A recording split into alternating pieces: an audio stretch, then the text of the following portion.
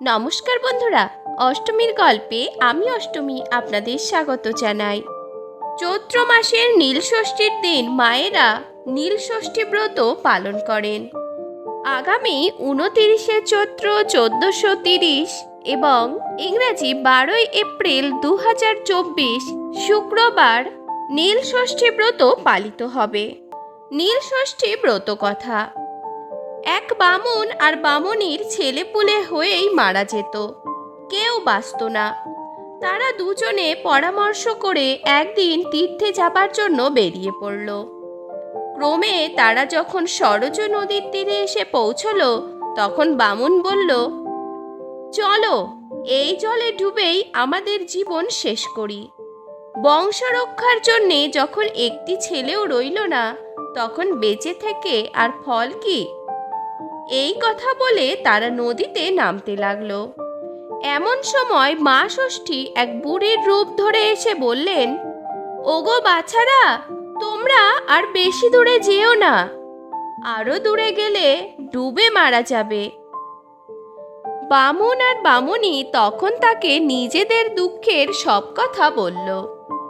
মা ষষ্ঠী সব শুনে বললেন, দোষ তো তোমাদেরই বাছা।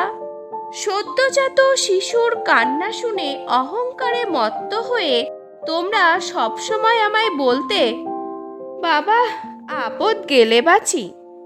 কখনো বলেছ কি, আহা ষষ্ঠীর দাস বেঁচে থাক?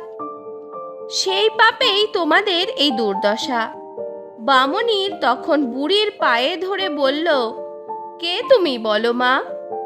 বুড়ি বললেন, আমি মা ষষ্ঠী।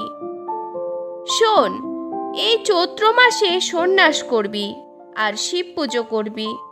সংক্রান্তির আগের দিন উপোস করে থেকে নীলাবতীর পুজো করে নীলকণ্ঠ শিবের ঘরে বাতি জ্বেলে দিবি। তারপর আমায় প্রণাম করে জল খাবি। একে বলে নীল ষষ্ঠী। দেবী এই কথা বলে অদৃশ্য হয়ে গেলেন। এরপর বামুন আর বামুনি দেশে ফিরে এসে নীলের দিন খুব ভক্তি আর নিষ্ঠার সঙ্গে নীল ষষ্ঠী ব্রত পালন করল। এরপর কিছুদিনের ভেতর মা ষষ্ঠীর দয়ায় বামুনির একটি সুন্দর ছেলে হলো। মা ষষ্ঠীর কথা মতো তার কোনো অনিষ্ট হলো না। বামুনির ব্রতের মাহাত্ম্য দেখে দেশে দেশে সবাই এই ব্রত পালন করতে আরম্ভ করলো।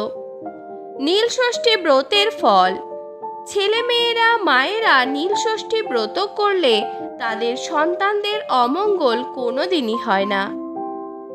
বন্ধুরা, ভিডিওটি ভালো লাগলে অষ্টমীর গল্প চ্যানেলটিকে সাবস্ক্রাইব করে রাখুন।